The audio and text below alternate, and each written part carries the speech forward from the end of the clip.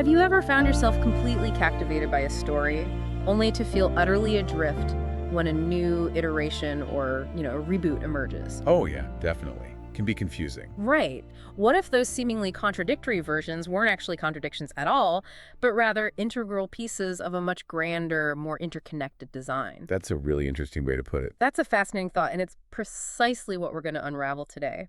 Welcome to the Deep Dive, where we're plunging into a universe that has masterfully navigated this very challenge for over 4 decades. Right. The Zoids franchise. Zoids, yeah, I love them. It's a captivating world brought to life by magnificent mechanical beasts, defined by epic wars, and punctuated by truly surprising narrative turns.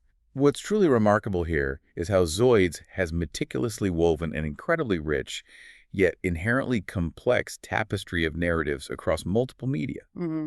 It's not a single, immutable, linear history, but rather a bona fide multiverse of distinct, parallel continuities, each contributing its own unique flavor to the overarching lore. A multiverse. Okay, so that's the key term here. Pretty much, yeah. That's the best way to frame it. And this deep dive is your definitive shortcut to making sense of that intricate Zoids multiverse. We're going to systematically map out its foundational lore, journey through its most iconic alternate timelines, and ultimately discover the ingenious meta-narrative that officially connects these seemingly disparate stories. Sounds like a plan. Our mission is to provide you with a comprehensive chronological account, helping you expertly sort through the reboots and divergent storylines so you can clearly see the expansive, interconnected, bigger picture. Prepare yourself for some truly illuminating moments that will change how you view this incredible franchise. Some real aha moments, hopefully. Definitely. Before we embark on this journey through time and alternate realities, let's firmly establish some core concepts that universally define virtually every Zoid story, regardless of which timeline we happen to be exploring. Good idea. Lay the groundwork. At the heart of it all is planet Xi, the primary setting for the vast majority of narratives. It's a distant, vibrant world, fundamentally unique for its indigenous metallic life forms. Metallic life forms. Not just robots, though. Exactly. And those metallic life forms are, of course, the Zoids themselves. You see, they're not just machines, they are living organisms, each powered by a Zoid Core, which serves as its very life force. The Zoid Core. Okay, got it. Like a heart. Sort of, yeah. The essence of the Zoid. We distinguish broadly between wild Zoids, which are naturally evolved, untamed creatures, and combat Zoids. Ah, the ones people pilot. Right. Combat Zoids are fascinating. They are essentially artificial, mechanized bodies meticulously built around a harvested wild Zoid's core, typically piloted by humanoids. This fundamental distinction between natural and engineered life is crucial to understanding the universe. Okay, wild versus combat. That makes sense. Who's living there, then? Indeed. Speaking of humanoids, planet Xi's inhabited regions are typically home to a blend of populations. There are the native Zoidians, who have evolved alongside the planet's unique ecosystem. Kazoonians. Okay. And then there are humans from Earth. These Earthlings arrived dramatically via a crashed colony ship known as the Globally 3. Globally 3. Crash landed. That sounds disruptive. Oh, it was. This arrival, as we'll explore, wasn't just an event. It was a catalyst that profoundly and rapidly accelerated technological development across the entire planet. Big time. Absolutely. And then a key element that appears in certain timelines, adding a layer of almost mystical power, are organoids. Organoids, yeah, these are cool. These are small, hyper-intelligent Zoids with an incredible symbiotic ability. They can fuse directly with combat Zoids. But these, merge with them. Exactly. When they do, they're capable of miraculous repairs, triggering astonishing evolutions in their host Zoid and unlocking immense, often unprecedented levels of power. Wow, so they're like power-ups but alive. Kind of, yeah. Their exact nature and origins vary wildly across different universes, which is a fascinating thread we'll pull on later, but suffice it to say, they are a real game changer when they appear. Definitely a key thing to watch out for. So, to truly grasp the scope of the Zoids multiverse, you absolutely have to start at its bedrock, The battle story. The foundation. Right. This isn't just one story. It's the foundational lore, the original blueprint painstakingly established through the highly detailed model kits and accompanying official fan books. Picture it as a comprehensive military history, meticulously chronicling over a century of relentless conflict, strategic innovation, and profound technological evolution on planet Xi. Precisely. This is where the universe's core mechanics, its fundamental laws, and its evolving political landscape were first laid out in intricate detail. If we connect this to the bigger picture, the battle story isn't just a prequel, it's the very bedrock from which all other Zoids narratives ultimately draw inspiration, or from which they intentionally diverge to explore alternate possibilities.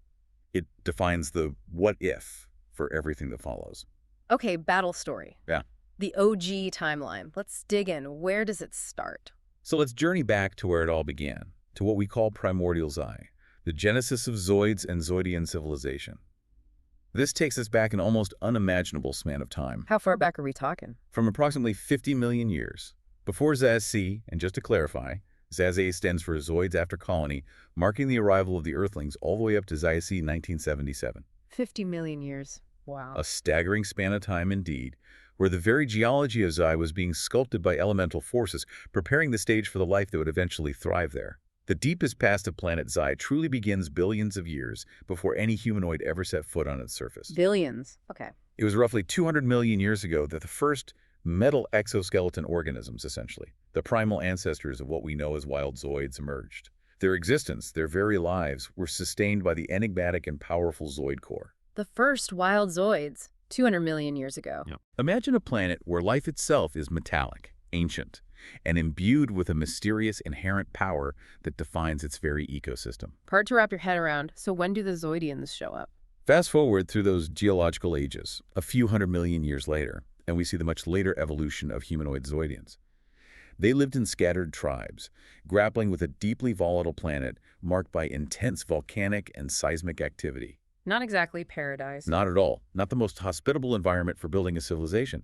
But then, around Zai-C 1700, that period of intense planetary instability finally began to calm. Things settled down. Right. This dramatic shift led to an era of stabilization and consolidation, allowing Zoidian society to truly begin to grow and flourish. Tribes, once isolated, began to form larger, more powerful alliances, laying the groundwork for complex societies. Okay, civilization starts to take root. This period of societal consolidation was the true precursor to major political shifts. In ZCC 1957, a pivotal figure by the name of Chieftain Helic Muroa emerged. Helic Muroa. Sounds important. He was a visionary leader who successfully unified the entire central continent, establishing what would become known as the Helic Republic. The Helic Republic. Okay, first major power. This momentous event didn't just create a new political entity. It ignited a profound industrial revolution, hinting at a future brimming with technological advancement. Initially, the promise was one of widespread peace and burgeoning prosperity for all Zoidians. Famous last words, usually. Yeah, pretty much. Yet, as is often the case in sagas of power, conflict wasn't far behind. We're soon introduced to Helic Muroa's two sons. Helic Muroa II, who embodied the pacifist ideals of his father and was the rightful heir to the Republic, A good son. and his brother, Zinabes Muroa. Zinabes was far more ambitious, with a distinctly militaristic outlook. There's the conflict. It's a classic setup for a family drama, but one that quickly escalates into a grand-scale planetary conflict that would define generations. So Zinabes isn't happy playing second fiddle. And escalate, it certainly did. In Zai-C 1978, Zinabes Muroa, increasingly frustrated with his brother's pacifist policies and yearning for more decisive action, made a radical move. He seceded from the Republic. Just broke away. Yep. On the Western continent, he established his own formidable faction, the Guylos Empire. This audacious act immediately ignited the first Great War on planet Xi, fundamentally and irrevocably altering his political landscape forever. Zinabes Empire versus Helic Republic, the first big war. Exactly. It's in these primordial struggles that we can clearly see the foundational DNA of the Zoids universe, the core conflicts and ideological battles that would resonate for millennia. This early schism doesn't just set the stage for future wars, it shapes the very kind of world these metallic beasts inhabit, a world perpetually driven by power struggles and deep-seated ideological divides right from its inception. It all starts here. From this initial fracture, this seminal schism, we plunge headfirst into the Great Wars, a tumultuous period spanning from ZAC 1978 to ZAC 2056. Almost 80 years of conflict. This era is characterized by an absolutely relentless and increasingly destructive arms race, ultimately culminating in a cataclysm that would irrevocably reshape the entire planet. The initial clashes, such as the Battle of Red River in ZAC 1980, were fought with what we would now consider relatively primitive Zoids. It was a more conventional form of warfare at first, reliant on numbers and basic tactics. Like smaller scale stuff. Yeah, comparatively. But that static equilibrium was about to be shattered in a truly dramatic fashion. And I bet I know what shatters it. Globally 3. You got it. But the true catalyst for change, the ultimate game changer, arrived in ZAC 2029. The crash landing of the Globally 3 colony ship from Earth. Here come the humans. This wasn't merely a vessel, it was a veritable arc of advanced human science, military doctrine, and sophisticated engineering. Its arrival to planet Z fundamentally transformed warfare almost overnight, introducing concepts and technologies that Z's inhabitants had never conceived of. So Earth tech just supercharged everything. Instantly. And this influx of Earth technology immediately sparked what we call the first arms race, commencing around ZAC 2030. The Helic Republic, now able to integrate Earth's technological insights, developed the Guylos. The T-Rex. The big one, yeah. A truly monumental Tyrannosaurus-type Zoid. The Guylos wasn't merely the first giant combat Zoid. It represented a paradigm shift, moving battles from localized skirmishes to grand-scale assaults. It required unprecedented logistical support and dictated a new doctrine of warfare centered around sheer, overwhelming force. Bigger is better, basically. At first, yeah. Not one to be outdone, the Zoid Empire responded with astonishing speed. In ZAC 2032, they countered with their own gorilla-type behemoth, the Ironcon. Modulus versus Ironcon, classic matchup. Absolutely. This established a clear and relentless pattern of technological one-upmanship that defined the era. The Republic would deploy something truly colossal, like the Ultrasaurus carrier Zoid in ZC 2037. A Zoid carrier, like an aircraft carrier, but with Zoids. Pretty much. An enormous mobile fortress capable of deploying smaller Zoids and launching devastating bombardments. The Empire would then counter with an upgraded Ironcon MK6, or introduce other formidable units. It's just back and forth, non-stop. Exactly. This frantic cycle of innovation also saw the rapid development of other now iconic Zoids, like the high-speed Shield Liger and the deadly Saber Tiger, each designed to gain a momentary, crucial advantage. Shield Liger and Saber Tiger, names I definitely recognize. Oh yeah, foundational Zoids. But this relentless cycle of innovation truly reached its terrifying zenith during what is known as the Death Star era. Uh-oh, sounds bad. In ZAC 2044, with its forces facing impending defeat, the Zoid Empire unleashed its ultimate weapon, the devastating Death Star. The Death Star, what made it so special? This Tyrannosaurus-type Zoid, armed with a terrifying charged particle cannon capable of obliterating entire formations, was seemingly invincible. Its deployment marked a turning point, leading to the swift fall of the Republic's capital. Our particle cannon on a giant robot dinosaur. For 4 harrowing years, the Death Star reigned supreme, plunging the Republic into a desperate and dark age. Consider the psychological impact on the soldiers facing such an unstoppable force, a weapon that could erase entire battle lines in an instant. Just pure terror. How did the Republic even fight back? But the Republic, known for its resilience and ingenuity, worked tirelessly in secret. In ZAC 2048, they achieved a breakthrough, completing their counterweapon, the Mad Thunder. Mad Thunder. Okay, what's its gimmick? This massive Triceratops-type Zoid wasn't just powerful, it possessed a specialized energy shield specifically designed to withstand and even disperse the Death Star's particle cannon. Its deployment finally turned the tide, offering a glimmer of hope in a seemingly hopeless war. An anti-particle cannon shield. Ingenious. It had to be. With the Zoid Empire finally defeated in ZAC 2051, you might imagine a fragile peace would follow. Yeah, but probably not, right? Not even close. But the echoes of war only brought a new, even more formidable threat. A mysterious power emerged from the dark continent of Nyx, the Guylos Empire. Guylos Empire. Where did they come from? Kind of out of nowhere, from the Republic's perspective. They swiftly absorbed the scattered remnants of Xenobus' army and immediately raised the stakes, hinting at technologies and tactics from a previously unknown corner of planet Xi. So new players join the game, and they're already powerful. Extremely. And their Zoids were truly on another level.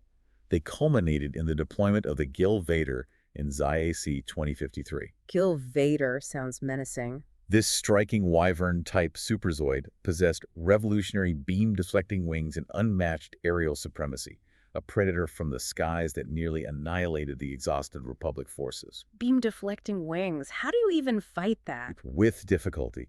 The Republic's final, desperate pre-catastrophe weapon was the colossal King Guylos, deployed in Zac 2056. This was the largest, most powerful Zoid they had ever conceived and built, a testament to their unwavering will to survive. King Guylos, the ultimate Guylos. Essentially, yeah. However, this relentless arms race was not building towards a singular victory, but rather an inevitable and devastating conclusion: planetary collapse. Oh no. In that very same year, Zac 2056, a cataclysmic event occurred. A massive comet collided with one of Zai's moons. A comet hits the moon. Seriously. Seriously. This event, forever known as the Grand Catastrophe, was apocalyptic in scale. It shattered the moon, sending meteor fragments raining down upon the planet, tearing continents apart, submerging vast land masses, and generating intense magnetic storms that crippled nearly all advanced Zoid functionality. Wow. Just total reset. Pretty much. This period truly highlights a core theme: the relentless cycle of innovation driven by conflict, where every ultimate weapon demands an even more powerful counter. Yeah. But it also raises an important question. What happens when that arms race pushes a living planet beyond its breaking point? Yeah. The Grand Catastrophe is a stark, brutal answer, forcing both civilizations back to a primitive state, their advanced technology rendered useless or destroyed. So, end of an era, what happens after everything falls apart? After such widespread devastation, it's natural to wonder how anything could possibly recover. But planet Zai and its inhabitants are remarkably resilient. This brings us to the New Wars, a subsequent period spanning from Zac 2099 to Zac 2109. Okay, about 40 years later. Right. Marked by a slow recovery, incredible adaptation, and the emergence of entirely new technologies. 43 years after the Grand Catastrophe, the world had indeed partially recovered, but the scars are deep, and the conflicts were far from over. Still fighting, even after all that. Seems to be the way of things there. In Zac 2099, the ambitious region of the Guylos Empire, Gunther Prosen, declared a new war on the Helic Republic, launching an invasion of the western continent, Europa. Prosen, wasn't he involved before? Oh wait, different timeline maybe. Good catch. We'll see Prosen again in a different context later. Yeah. But here, in the battle story, he is the Guylos regent kicking off this new war. This new era of warfare, however, was fundamentally defined by a dramatically different military philosophy, a direct consequence of the previous planetary devastation. How so? What changed? That's a crucial distinction.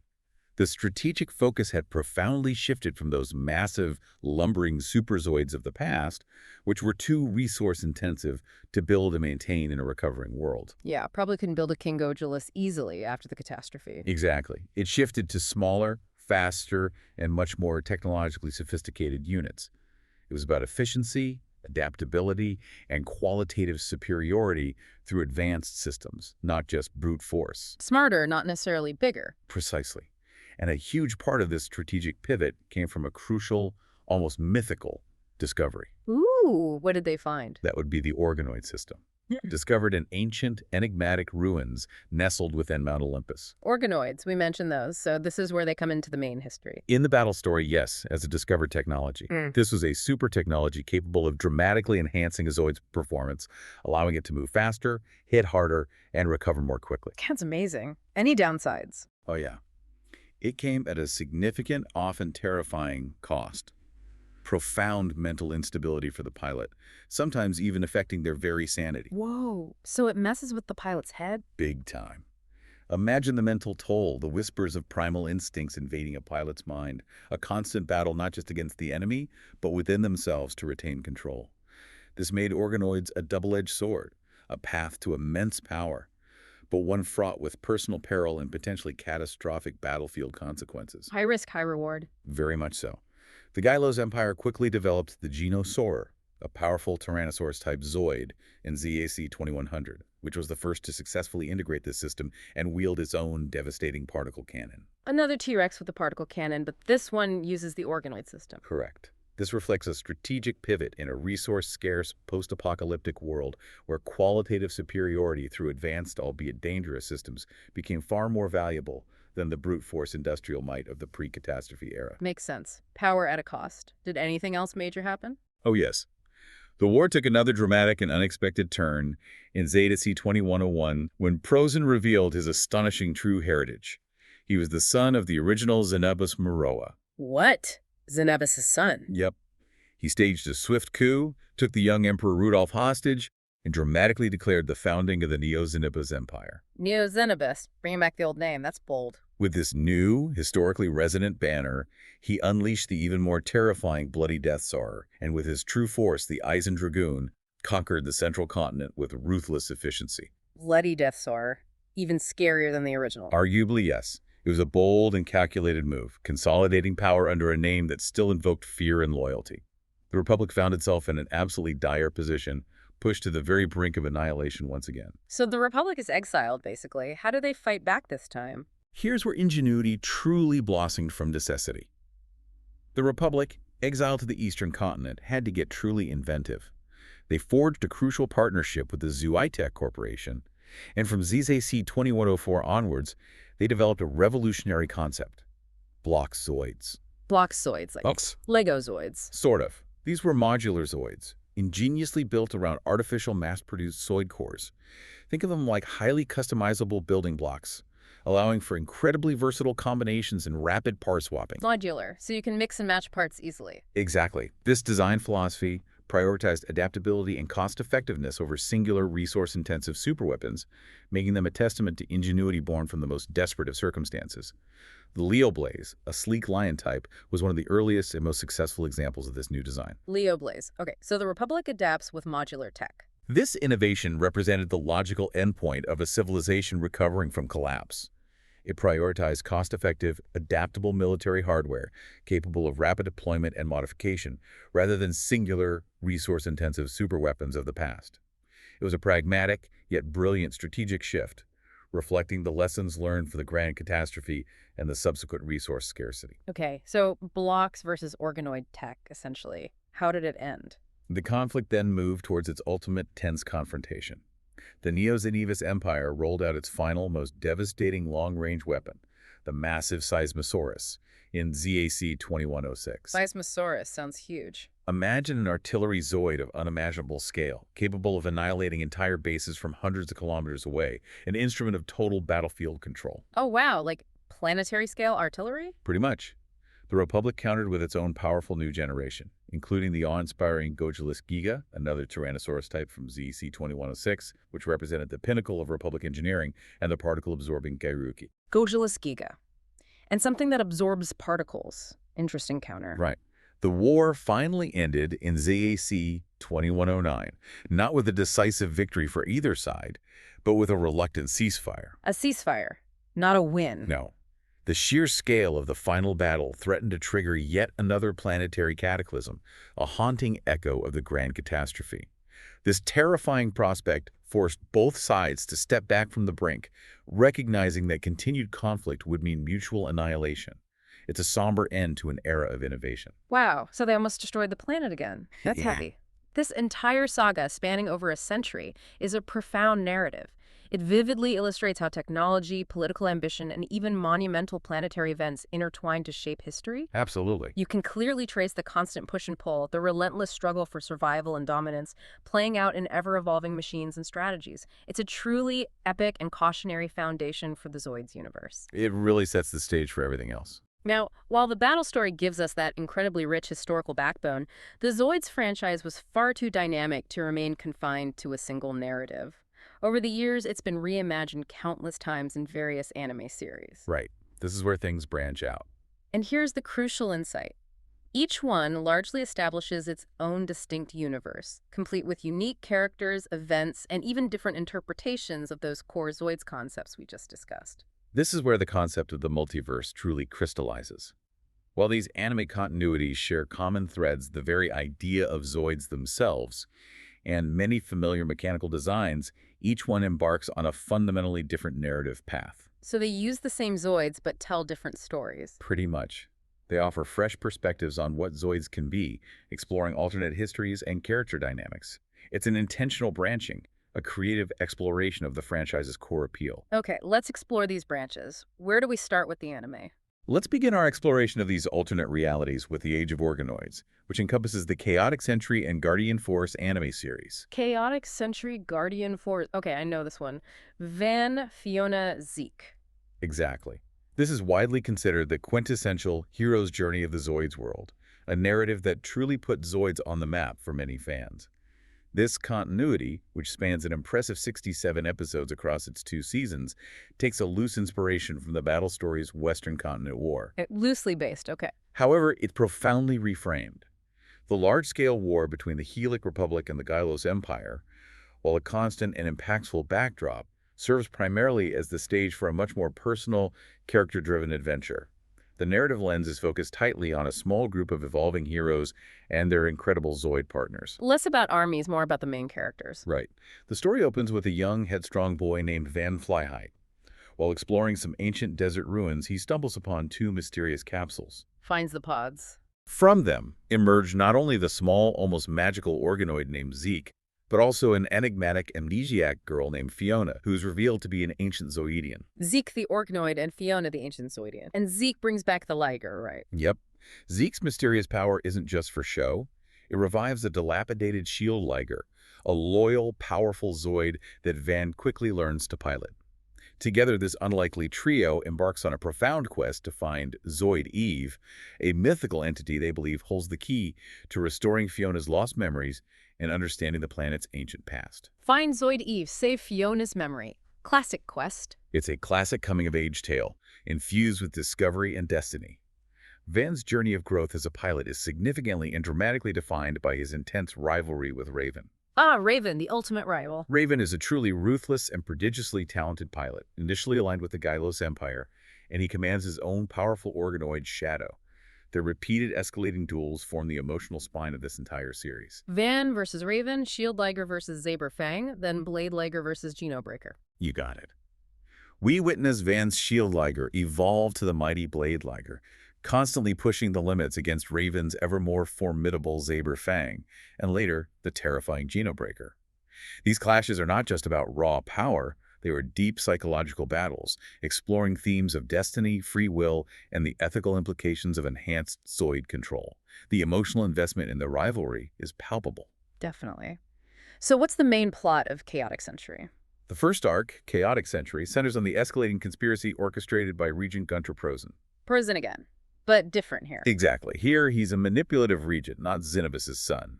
His ambition is to assassinate the young Emperor Rudolph and unleash a legendary sealed weapon, the Death Star. Okay, Death Star shows up again. How is it different here? Crucially, unlike the battle story where the Death Star was a mass-produced weapon of war, here it's presented as a singular mythical weapon, an ancient terror sealed away by a long-lost civilization, much more like a unique final boss. Ah, a legendary beast, not just a model line. Right. The arc culminates with this terrifying Death Star rampaging out of control, forcing Van and his allies, including a very reluctant Raven, to unite in a desperate struggle to stop the apocalyptic Zoid from destroying everything. Van and Raven teaming up, that's big. Huge moment. 2 years later, the Guardian Force arc picks up the narrative. Van has matured and joined an elite joint task force formed by both the newly reconciled Republic and Empire, dedicated to maintaining the fragile peace. So there's peace for a bit. But a new threat emerges from 2 powerful ancient Zoidians, Hiltz and Reese, who harbor a dangerously radical ambition. They seek to use the power of Zoid Eve, not to restore memories, but to reset the entire world, believing it to be a corrupt failure. Reset the world. Yikes. Ancient Zoidians gone bad. And Hiltz isn't just driven by ideology.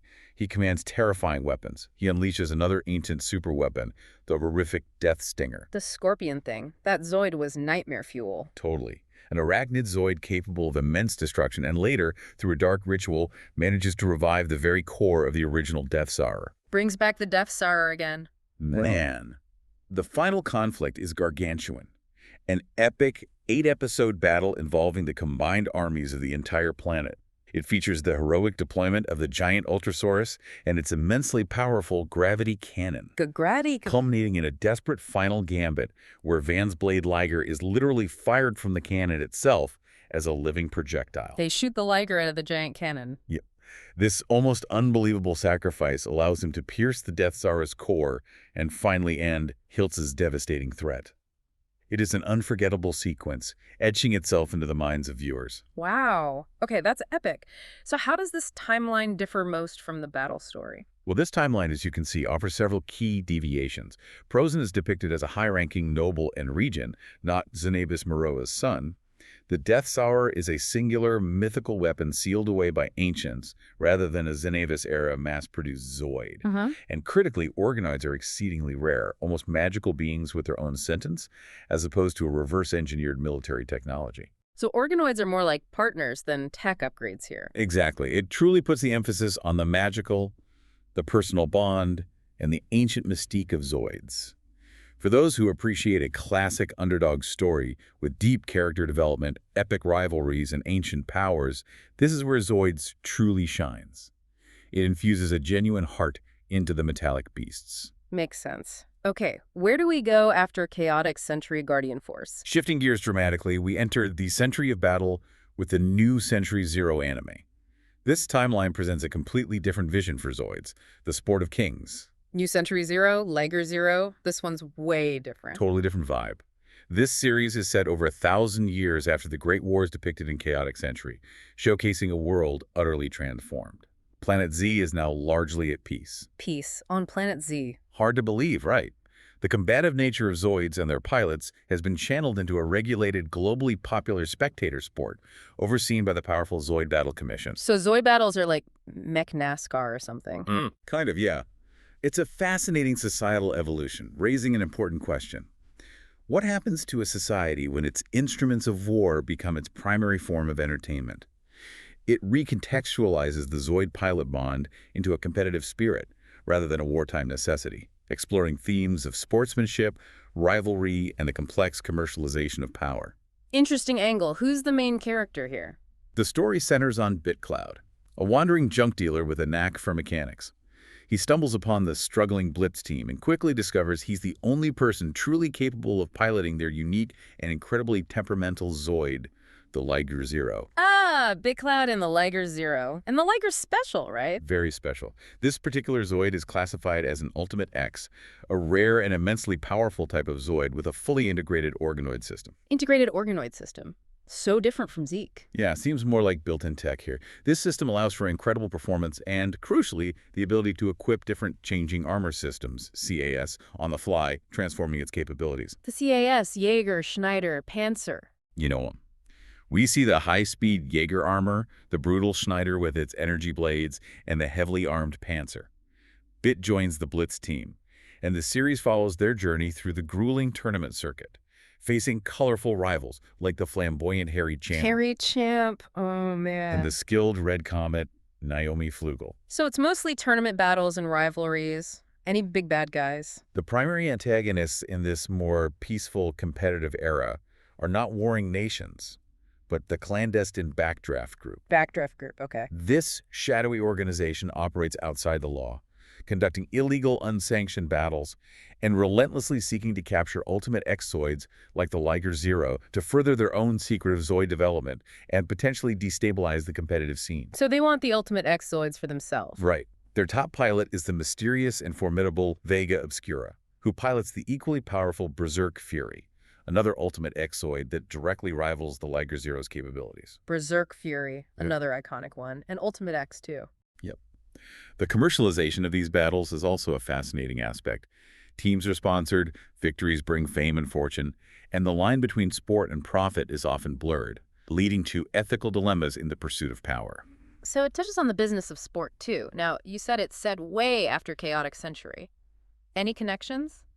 What's truly brilliant, and a fantastic nod for longtime fans, is that even though New Century Zero initially feels like a standalone series, it's actually confirmed to be a distant sequel to Chaotic Century. Really? How the connection is established through subtle yet significant Easter eggs that keen-eyed viewers can spot. Most notably, the series' climactic final battle takes place on the wreckage of the Ultrasaurus gravity cannon. No way. The same cannon they shot Van out of. The very same wreckage, which was last seen in the explosive Guardian Force finale.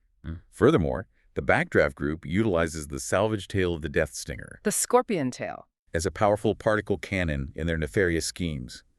These small but impactful details truly tie the timelines together without needing explicit exposition, rewarding attentive listeners. That's awesome. Little connections like that make the multiverse feel real. Exactly.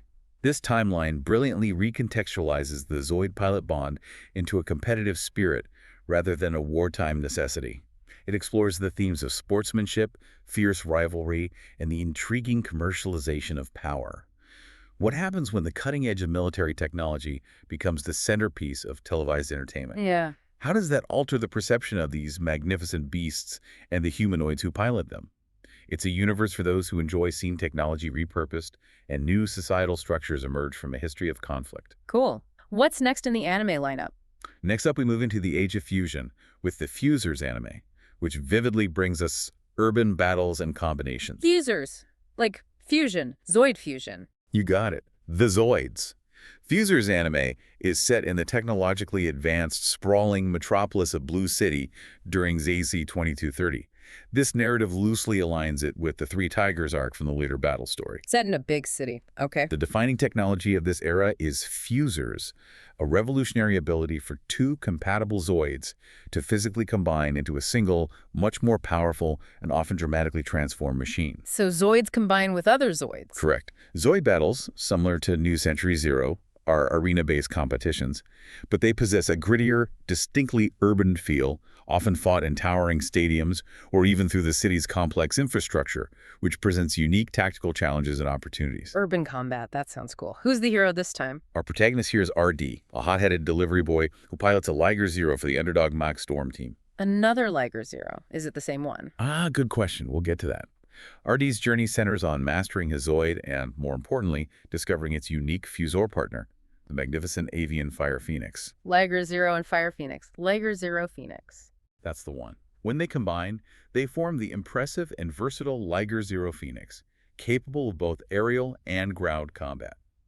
The first half of the series is dedicated to the intense rivalry between Mach Storm and the more established Savage Hammer team, led by the skilled pilot Blake and his powerful Berserk Fury. Berserk Fury again. Which itself fuses with the Buster Eagle to form the formidable Buster Fury.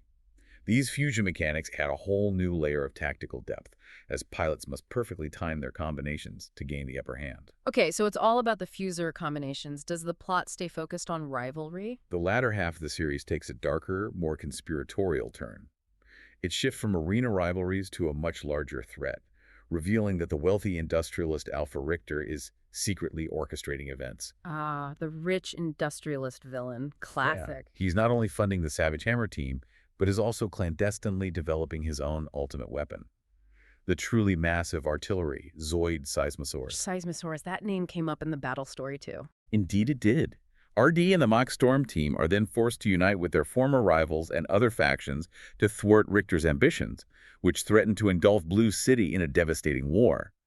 This narrative pivot underscores how, even in an era of sport, the potential for military-grade conflict is ever present. Right. Now, about that Liger Zero and Berserk Fury, are they the ultimate X-types from New Century Zero? And crucially, a key canonical distinction in this timeline is that the Liger Zero and Berserk Fury are not the unique ultimate X-Zoids we saw in New Century Zero. Oh, okay. So they're different models. Exactly. Unlike that era's rare integrated organoid systems, here they appear to be more advanced, replicable, high-performance models, implying that this is a parallel universe with a distinctly different history and prevalence for these iconic machines. This change highlights the franchise's willingness to redefine even its most popular Zoids to fit new narrative contexts. Parallel universe, got it. That reinforces the multiverse idea. This particular series offers a fresh take for those drawn to seeing unique mechanical transformations and high-stakes urban combat. It shows how even a seemingly simple concepts like fusion can redefine Zoid battles, adding a whole new layer of tactical depth, visual spectacle, and strategic unpredictability. If you appreciate intricate mechanics and city-scale warfare, this timeline will certainly captivate you. Cool transformations and city fights. Nice. What else is there? Our journey continues with the Age of Rebirth as we delve into Genesis, a truly distinct post-apocalyptic reboot that completely re-envisions the Zoids universe. Genesis. Yeah, this one felt really different. Total reboot, you said. Zoids. Genesis is a complete and deliberate reboot of the franchise, stepping entirely outside any previous timelines. It's set thousands of years after a global cataclysm known simply as God's Fury utterly destroyed the preceding civilization. God's Fury, another apocalypse. Zoid seems to like those. It's a recurring theme, yeah. Survivors have painstakingly rebuilt their society around colossal, ancient structures called generators, which are massive structures providing essential energy and sustaining life within their immediate vicinity, essentially creating isolated pockets of civilization. Generators keeping pockets of humanity alive. Okay. A crucial world-building detail that visually and ecologically sets this universe apart is that planet Xi now possesses only one moon. Only one moon. That's different. A stark contrast to the previous continuities where two moons were a common feature. This single moon serves as a constant, stark reminder of the planet's violent past. Nice visual cue. Who's the protagonist in Genesis? The story here centers on Ruji Femelon, a courageous young boy from the tranquil seaside village of Maruto.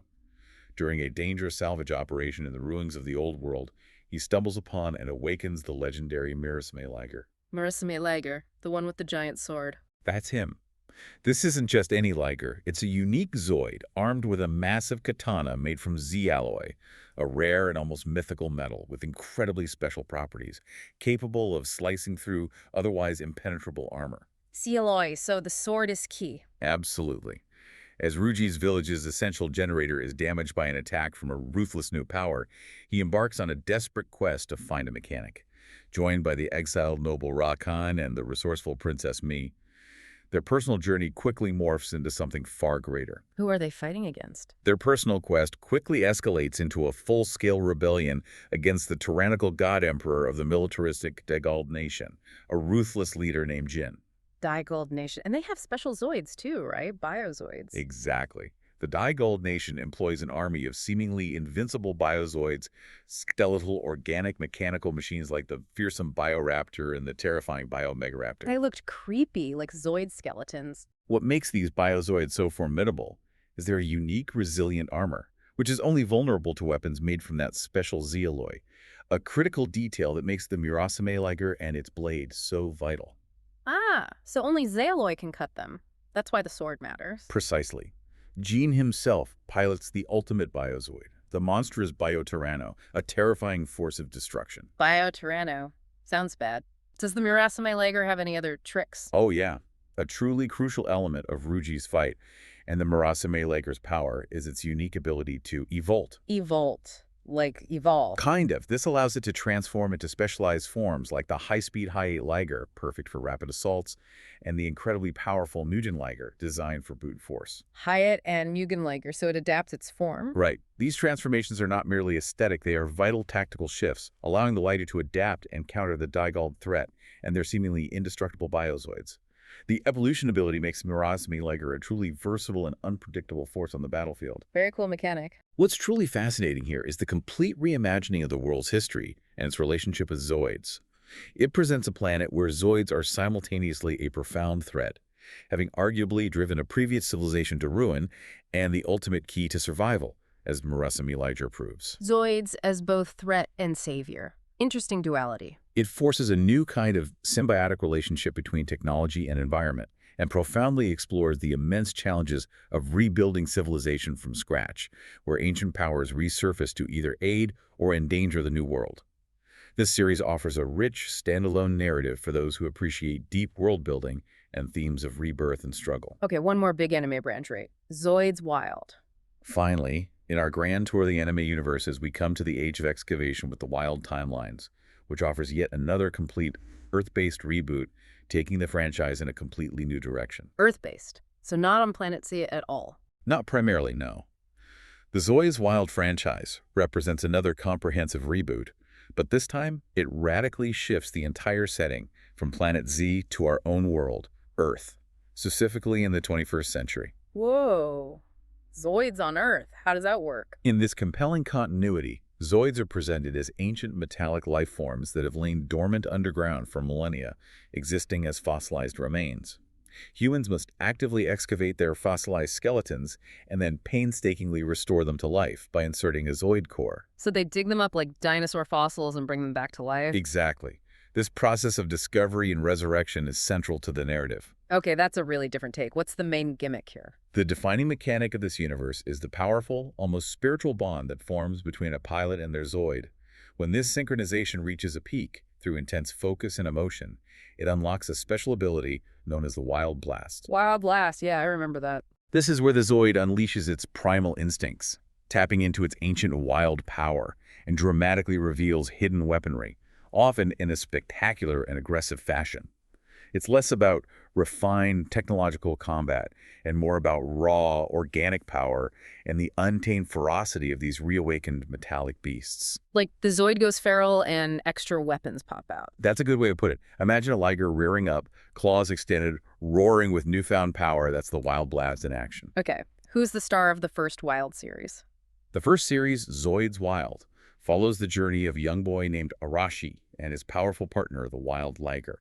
They join the heroic Team Freedom to combat the oppressive Dark Metal Empire. Dark Metal Empire? Sounds evil. Led by the tyrant Gigaboss, who seeks to control a legendary Zoid called Demise that grows stronger by devouring other Zoids. It's a very direct, action-packed narrative that prioritizes the visceral thrill of Zoid combat and the deep connection between pilot and beast. Straightforward good versus evil. But if they're on Earth, where did the Zoids originally come from? Excellent question. But the series that truly fills in the profound backstory for this specific Earth-based timeline is Zoid's Wild Zero, which ingeniously serves as a prequel. Wild Zero. So it explains the origins. It explains the very origin of Zoids on Earth, providing a fascinating connection to Planet Z. In this story, a Zoid exploration fleet from Planet Z is warped through time and space, catastrophically crash-landing on 21st century Earth. Zoids from Z crash-landed on Earth. Okay, there's the link. This cataclysmic event triggers what's called a Xi-forming event, which devastates the planet but also seeds it with Zoid cores, changing its very ecosystem. These cores then begin to grow and evolve into the Zoids that are excavated in the far future. So the crash seeded Earth with Zoid life. That's clever. The story then follows a new protagonist, Leo Conrad, as he navigates this post-disaster world with his own Liger partner, exploring the immediate aftermath of this interdimensional collision. Wow, that really ties it together in a unique way. If you've ever wondered what Zoids would be like if they were ancient dinosaurs brought back to life in a raw, almost untamed form, this series is absolutely for you. It's a fresh take that prioritizes the primal, almost organic power of the Zoid, powerfully emphasizing the bond between pilot and beast as the conduit for their unleashed, inherent ferocity. It's a return to the wild for both Zoids and their pilots.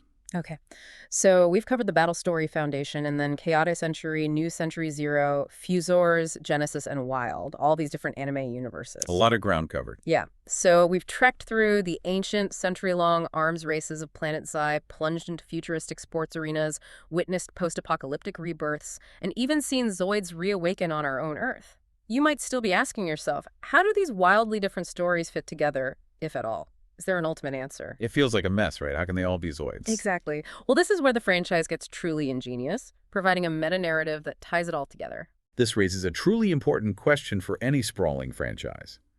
Rather than retconning or ignoring past successes, how does it genuinely embrace its own contradictions and disparate timelines? Yeah, instead of just saying this one doesn't count anymore. Right. The answer, in the case of Zoids, lies in a specific set of entries that provide the meta-narrative, effectively creating an official, in-universe framework for the entire Zoids multiverse. It's a masterstroke in franchise management. Okay, the grand unifier. What is it? This brings us to the Saga Chronicles, specifically a series of video games that act as the official multiverse explanation. Video games. The answer is in the video game. These aren't just spin-offs, they are the linchpin of the entire Zoids lore. You're absolutely right. The Zoids Saga series of role-playing games for Nintendo handhelds stands as the most crucial piece of meta lore for the entire franchise. These games provide the only official in-universe explanation for the existence of the multiple, seemingly contradictory anime timelines. The only official explanation. Wow. Without these games, the various anime universes might simply be considered standalone reboots, disconnected narratives. The Saga games elevate them into a truly unified, if complex, continuity. Okay, so how do the games explain it? The central plot device that brilliantly drives these games is a malfunctioning, or in some cases deliberately misused, time-space transmission device. Time machine, basically. Yeah. Or a dimension hopper. Pretty much. This incredible device causes the very barriers between different eras and universes to collapse, leading to the grand crossovers that fans had only dreamed of. Worlds collide, literally. In the very first Zoids saga game, the protagonist, Prince Tori of the Arcadia Kingdom, is forced to travel through time to stop an emperor from altering history and tearing the fabric of reality. His journey isn't confined to one single continuity. Let me guess. He directly interacts with pivotal events and iconic characters from the Chaotic Century, Guardian Force, and New Century Zero anime timelines. Then meets Bit. That's awesome. This immediately establishes an undeniable in-universe connection, confirming their coexistence as parallel realities. Imagine Van Flyheight and BitCloud fighting side by side, each a hero from their own time, united against a common threat. That's incredible. So the first game links those three. What about the others? The sequel, Zoid Saga Tithan, known as Zoids, Legacy in the West, takes this concept even further, expanding the scope exponentially.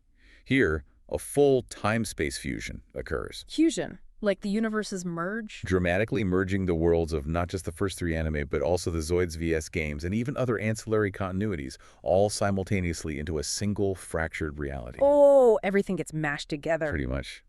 The new protagonist, Zero, then embarks on an epic quest across this now merged reality, teaming up with a truly all-star cast of characters from every series in a massive multi-timeline effort to restore the timelines to their proper order.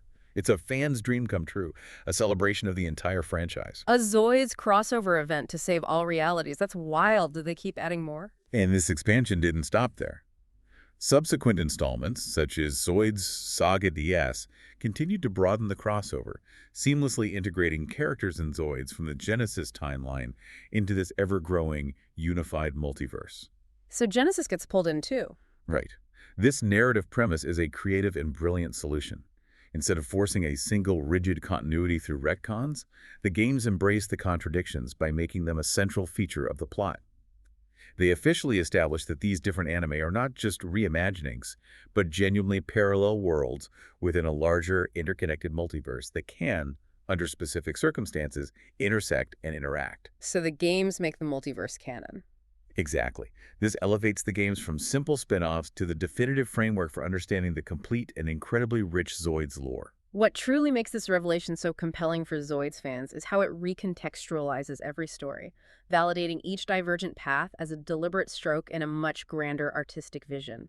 It's the grand unified theory that makes every different version count, allowing you to appreciate each story without feeling like it invalidates another. It's this ingenious approach that makes the Zoids lore so deep, so expansive, and ultimately so satisfying for those who seek to understand the bigger picture. It really rewards the fans who stick with it across all the different versions. Definitely. Now, besides the saga games, are there other things that add to this multiverse idea? You mentioned divergent histories. Beyond the saga games, we also have divergent histories explored through various manga and other media that contribute unique threads to this intricate multiverse, adding even more layers for the dedicated fan. Like manga versions of the anime. Absolutely. The Chaotic Century manga, for example, penned by Michiru Uyama, serves as a prime example of a truly divergent timeline. While it initially follows a somewhat similar path to the anime, it quickly branches into a unique, more fantasy-driven narrative. How different does it get? It includes significant differences in major plot points, character arcs, and even pivotal character fates. For instance, in the manga, the rival pilot Raven receives a custom Berserk Fury much earlier in the story, showcasing a different path for his character compared to the Genobreaker he pilots in the anime. Raven gets a Berserk Fury in the manga. Interesting. So it's like another alternate reality. Exactly. It's an intriguing what-if scenario that enriches the overall universe. And what about other games? You mentioned Zoids VS. And the video game landscape also adds considerable depth to specific timelines. The Zoids VS series of arena fighting games, for instance, contributes significantly to understanding certain continuities. Zoids VS 3, in particular, features a story mode explicitly set in the same world as the Fusers anime. So it expands on the Fusers world? Right. It further fleshes out the Fusers verse, providing additional context for the urban battles and fusion mechanics. It even depicts events from the Three Tigers battle story arc, offering a bridge between the core lore and the anime, giving you details and world building that you wouldn't get from just the anime alone. Connecting Fusers back to the battle story. Cool. Any other manga worth mentioning? Other manga series further expand this rich tapestry, painting even more detailed pictures. Zoids SS, for example, tells previously untold stories from the Helic Republic versus the Guylos Empire War era of the battle story, More details on the original wars. giving us more granular detail, specific Zoid deployments, and character-focused anecdotes from that foundational timeline. And Zoids. Field of Rebellion, based on a mobile game, expands on its unique world, featuring a mercenary group undertaking dangerous missions in a fractured landscape. So lots of little side stories and expansions. Each of these works contributes another unique and valuable thread to the vast and varied tapestry of Zoid's lore, showcasing how flexible and expansive the core concept can truly be. They're not just footnotes, they're essential pieces of the larger puzzle. These additional media pieces aren't just supplementary. They are unique threads woven into the vast tapestry, adding even more depth and alternative angles to the stories we thought we knew. They demonstrate the incredible creative freedom the Zoids universe allows its creators and, in turn, its fans to explore. It's a really rich universe if you dig into all the corners. What an incredible journey we've taken today. From the primal origins of Planet Xi and the century-long arms races of the battle story, through the distinct character-driven sagas of the anime, and finally to the ingenious unifying meta-narrative provided by the Zoids saga games. We covered a lot, from Zeke in 1978 all the way to Zoid's Wild Zero. We really did. The enduring legacy of the Zoids franchise isn't merely about cool robot designs or explosive battles.